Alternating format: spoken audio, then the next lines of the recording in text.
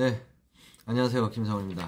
오늘 이제 몸을 통해서 신체적인 증상을 통해서 우리 안에 어떤 무의식의 마음이 이해받지 못하고 있는지 또 알아채지 못하고 있는지 알아보는 시간을 가져볼까 합니다. 코피 자주 흘리시는 분 있나요? 어렸을 때 유난히 코피를 자주 이렇게 흘리는 사람 보고 우리 옛날에는 막 허약하다. 얘가 건강 면역력이 떨어져서 그렇다라고 이렇게 얘기하는데 지나고 나서 제가 여러 가지 몸과 마음에 대해서 공부를 해보니까, 그 안에는 코피를 통해서 자신의 어떤 부분을 알아달라고 하는 측면이 있다는 것을 알게 됐습니다. 신체적인 특징 안에서는 우리 뭐 면역력이 떨어지거나 코에 뭐 점막이 자꾸 약해가지고 출혈이 자주 발생하는 경우, 이런 경우를 이런 원인이 되는 경우가 있는데, 이렇게 되는 원인이 어떻게 보면 무의식적인 마음에 있다라는 겁니다. 우리의 몸은 우리의 무의식, 그러니까 즉 자율신경 조절에 의해서 모든 것들이 대부분 통제되고 있고 조절되고 있는데, 이렇게 약해진 원인이 어떤 마음 때문일까에 대해서 알아보려 합니다. 우리의 몸은 우리의 마음하고 연결되어 있거든요. 감정, 그러니까 우리의 몸은 우리의 생각, 감정, 어떤 느낌, 감각이라고 하죠. 이런 부분하고 연결되어 있습니다. 그래서 우리가 추위를 느껴, 감각이. 그래서 감정이 생각이랑 감정이 너무 추워, 죽을 것 같아 이러면 몸이 거기에 따라서 반응을 해서 자율신경이 신체 조절을 자동적으로 하는 원리는 거기에 있습니다.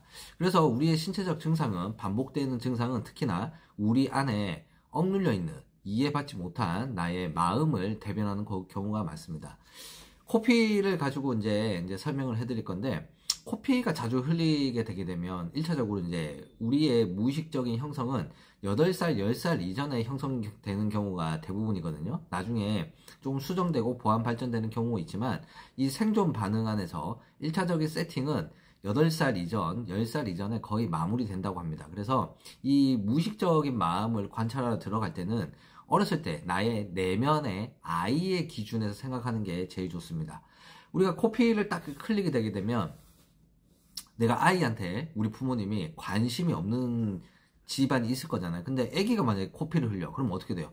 우리 애가 지금 코피를 흘려서 어떡하지? 이러면서 갑자기 주의와 관심이 그 아이에게 집중되겠죠. 그리고 그 아이는 어떻게 느끼냐면, 우리 엄마가, 우리 아버지가 나한테 관심을 주는구나. 사랑을 주는구나. 이제야 나를 알아봐 주는구나. 인정해 주는구나. 나 여기 있는 걸 알아채는구나. 이렇게 느낀다는 거예요. 그래서 그러면 역으로 반복적으로 코피를 이렇게 흘리는 사람 같은 경우에는 내가 누군가한테 어필이 안 되고 인정을 못 받고 나는 이 집안에 있는 존재인지 가치 없는 존재인지 이런 것들이 어필이 안 되는 경우, 또 사랑받지 못한다고 생각하는 경우, 엄마 아빠 나한테 관심이 없다고 생각하는 경우, 또 나 스스로는 내가 누군가한테 인정받을 수 없다라고 생각하는 경우에 이것들을 받을 수 있는 유일한 방법이, 이 아이가 선택할 수 있는 방법이 이거 해도 안 되고 저거 해도 안 되면 코피를 딱 흘리니까 부모님이 관심을 딱 가지는 거예요. 그래서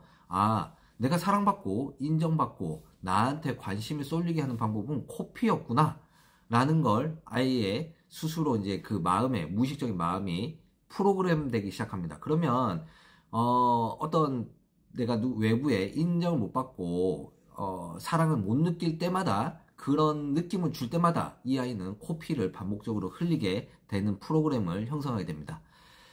이 의견은 절대적인 의학적 소견은 아니고요. 우리의 마음은 우리의 몸을 통해서 표현한다라는 그 원리에 근거해서 이런 마음의 원리를 설명드리려고 합니다. 여러 가지 원인이 있을 수 있지만, 만약에 여러 가지 의학적 소견이나 어떤 부분들로 안 되었다면, 이런 내 안에 무의식적인 억눌린 마음을 통해서 이 마음을 이해하게 되면 이 세상은 상대성의 세상으로 짝으로 이루어져 있습니다. 그래서 내가 부족한 나가 있으면 그 충분한 나가 이렇게 동시에 이렇게 존재하는 게 여기 이 세상의 원리거든요. 그래서 이 한쪽 측면을 이해하게 되면 반대쪽에 충분한 나도 허용하고 인정하고 받아들일 수 있게 됩니다. 그래서 내가 충분한 나, 가치 있는 나, 사랑받는 나로 또 스스로를 사랑하는 그 사람으로 이렇게 살아가려고 아무리 애를 써도 안 되는 경우는 반대편에 있는 이 무의식적인 억눌린 마음을 내가 알아차리고 인정하고 이해하고 받아들였을 때 그 반대편에 있는 그 나도 이해할 수 있고 받아들일 수 있고 그렇게 선택할 수 있는 힘이 생기기 시작합니다.